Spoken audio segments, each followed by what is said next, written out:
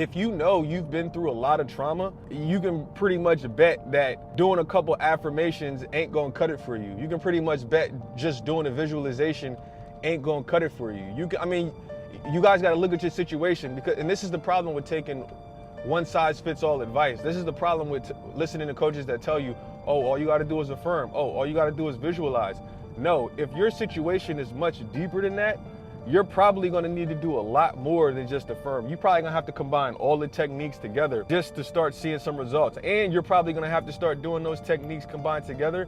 You might even have to do that stuff for months, if not years, just to get yourself right. Because again, everybody's different. If doing the internal work is not a priority for you, then it's probably gonna be a long time before you see any sort of results that you wanna see, whether it's manifesting an SP or manifesting a job or whatever the case may be. Once you do the internal work, it becomes a hell of a lot easier to come up with your end scenes, because like Florence said, when you don't have any subconscious blocks in a sense and you do the work on yourself, the subconscious mind will flash the end scene into your conscious mind, and you'll know, oh, okay, this is the end scene that I should be imagining. And then it kind of just comes into fruition, and you don't have to sit back and you don't have to try to imagine an end scene. Because the thing that I realized with a lot of people is a lot of you guys, for instance, with your SPs, you guys are trying and struggling so hard to, if you can visualize, you guys are trying and struggling so hard to come up with these end scenes of you and your SP together.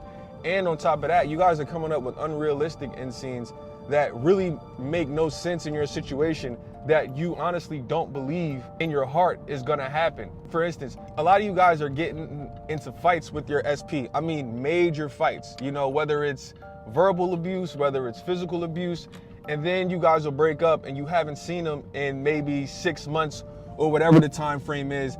And then all of a sudden you're trying to do a visualization of you guys being back together and you guys being married. No, this stuff don't work like that. That is an end scene that is too far-fetched for 90+% of the people to try to visualize after going through something so traumatic like verbal abuse or physical abuse in a relationship. So in my opinion, instead of wasting time trying to come up with an end scene, it is much better to do the internal work and allow the subconscious, like Florence Scovel Shinn talks about, to flash the end scene to you, and you'll know naturally, oh, this is the end scene that I'm supposed to be visualizing, because it's gonna feel easy, it's gonna feel effortless, it's gonna come from your intuition, and you're just gonna know naturally, oh, this is the end scene that I'm supposed to use. Because what I tell people is, when you create an end scene, when that end scene comes, even if you're trying to force an end scene, it should be an end scene that realistically you can see happening within the next 12 months. So if you're trying